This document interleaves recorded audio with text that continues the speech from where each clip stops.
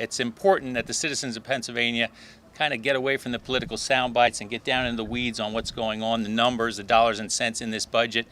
We spend a lot of time, all of us, talking about public education, education in general, and the budget. And I particularly have worked tirelessly, I would say, on efforts to reform our public pension system. It's an important element of what we do. I have to tell you that the debt that we have compiled in our public pension systems, it is crushing our school districts. It is crippling this budget process, and it is so problematic to every Pennsylvania property taxpayer, it's almost unimaginable.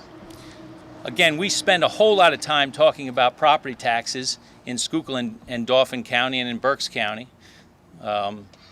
People are frustrated. They're upset. Their ability to stay in their homes is directly affected by property taxes. And in this budget, we've got an increase in our pension cost of $573 million. When I talk about property taxes, we've got 500 school districts in the Commonwealth of Pennsylvania.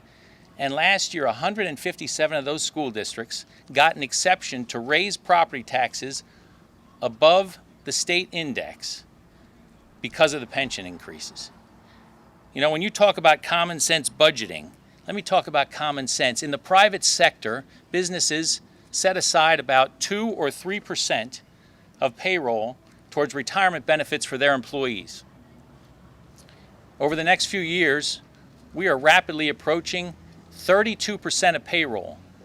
For every dollar we spend on payroll, we're going to spend 32 cents on our pension costs for Commonwealth employees. It is unsustainable. To think that we can continue to manage through these difficult budgets with that huge expense is just not common sense thinking. We did pass a budget through the House and the Senate, and as was mentioned before, the governor promptly vetoed it.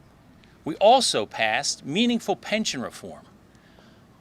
Common sense pension reform that would stop the bleeding and start to turn this dynamic into something that Pennsylvanians can afford, and the governor vetoed that.